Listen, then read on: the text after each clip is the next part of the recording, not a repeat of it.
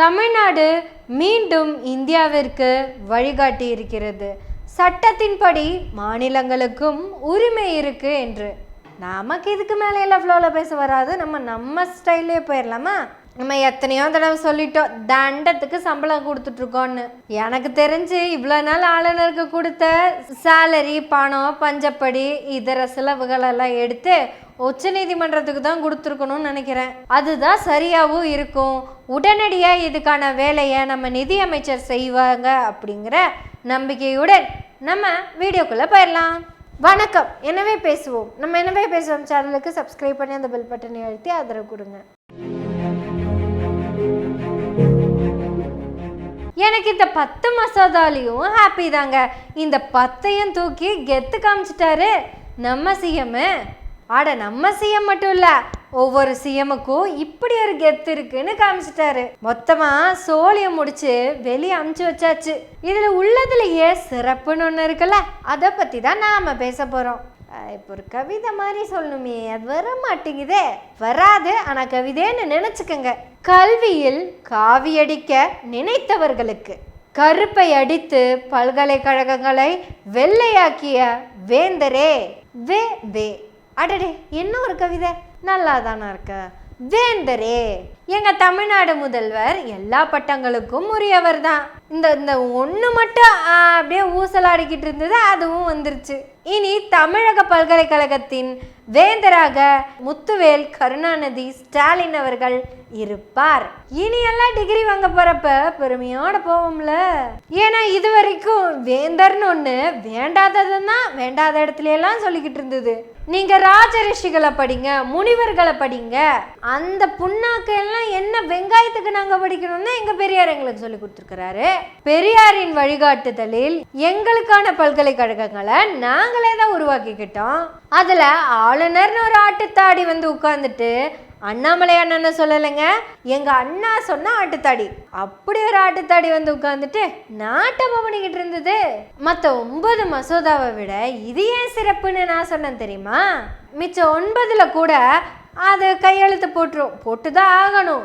ஆனா ஆளுநர் இந்த 10வது மசோதா இருக்குல்ல, அந்த மசோதாவை படிச்சு பார்த்துருக்கோம். யோசிச்சு பாருங்க அது எப்படி இருந்திருக்கும் அந்த மசோதாவை படிக்கும் போதுன்னு. இனி தமிழ்நாட்டு பல்கலைக்கழகங்களுக்கு வேந்தராகும் தகுதி ஆளுநருக்கு இல்லை என. ஆளுநர்னா நானா? எனக்கு இல்லையா?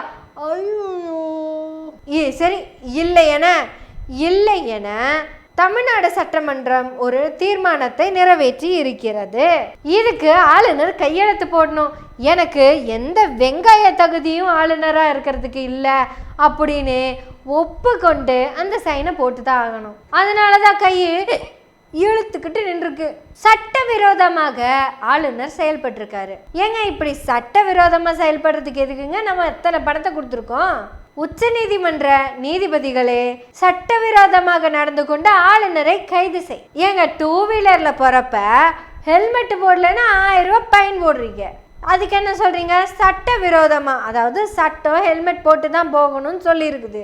அப்ப இந்த ரவி எத்தனை தமிழ் மக்களோட உழைப்ப சட்டவிரோதமா வேஸ்ட் பண்ணியிருப்பாரு.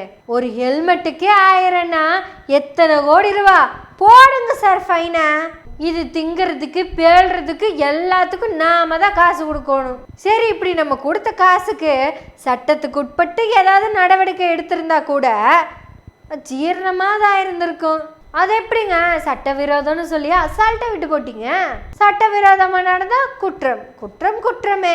இதுவரையும் நடந்ததெல்லாம் செல்லாதுன்னு நீங்க கொடுத்த தீர்ப்பெல்லாம் ஒத்துக்கிறோம். இதுவரையும் நாங்க கொடுத்த மசோதாலாம் இப்ப நடைமுறைக்கு வந்துருச்சு, அதுக்கு தீர்ப்பு கொடுத்துட்டீங்க, நன்றி, அது வேற டாபிக். ஆனா இந்த குற்றம் செய்தவனுக்கு என்ன தண்டனை அது சொல்ல மாட்டேங்கிறீங்களே. ஏனுங்க, காலையில எந்திரிச்சதுமே 10 போலீஸ்காரங்க போய் பக்கத்துல நிக்கணும்.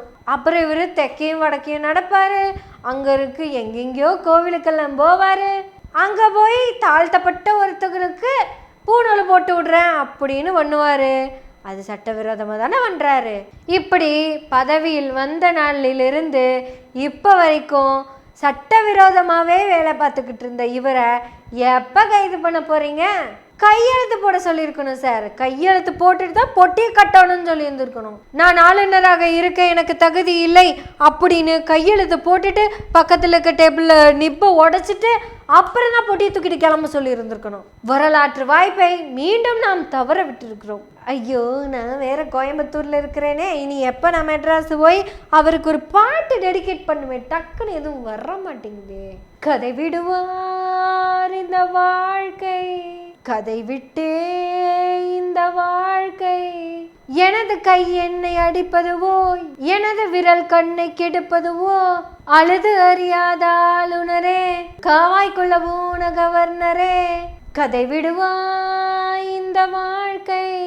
பொழுதோட 6 மணிக்கு மேலே பொண்டாட்டி கூட்டிகிட்டு பொட்டியெல்லாம் கட்டிட்டு அப்படியே திரும்பி மெதுவாக அந்த பில்டிங்கை பார்த்துட்டு ரோசம் இருக்கிறவன் கிளம்பி போயிடுவான்.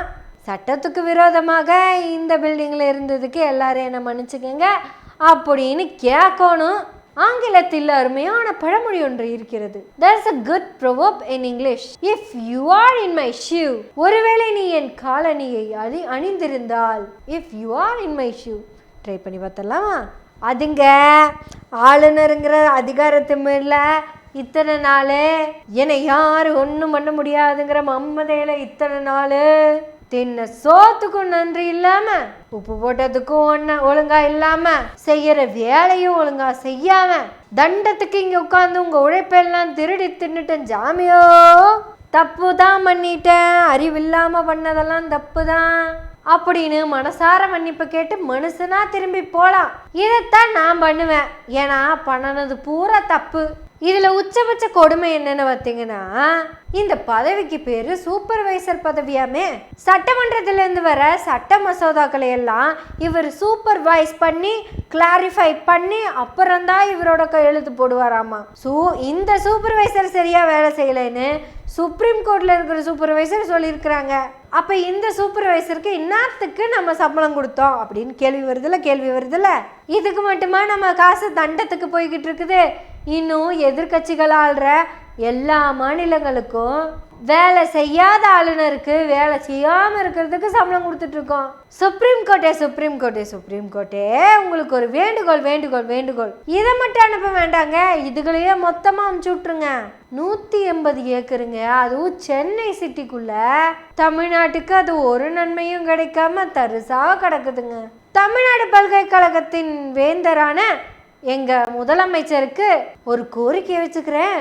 தயவு செய்து தமிழ்நாடு தலைமைச் செயலகத்தை அங்க கட்டுங்க, அங்க உட்கார வைக்க வேண்டியவன ஓரமா கொண்டு போய் தள்ளுங்க. சரி, இல்லைன்னாலும் அந்த கிரீன்வே சாலையில 2 பெட்ரூம் குவார்டர்ஸ் கொடுத்தீங்கன்னா கூட போதுங்க.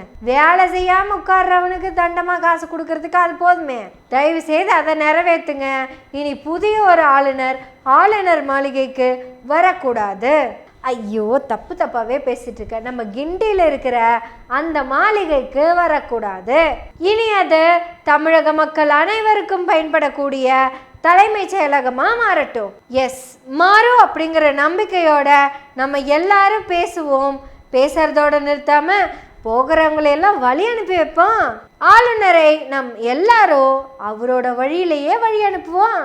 அவர் வேலையே செய்யாம இங்கேயே உட்கார்ந்துகிட்டு இருந்த மாதிரி அவரை வழி அனுப்ப போகாமலே துரத்தி விட்டுருவோம். போட்டி தூக்கிட்டு விடுகதையா இந்த வாழ்க்கை, விடை தருவார் யாரோ அப்படின்னு விஸ்குன்னு கிளம்பி தமிழ்நாட்டில இருந்து ஓடுங்க சட்டு புட்டுன்னு. நம்ம பேசுவோம். எனவே பேசுவோம் நாள்தோறும். உங்களுடைய ஆதரவுகளை நன்றிகளோடு எதிர்பார்த்து கொண்டிருக்கிறோம். நன்றி, வணக்கம்.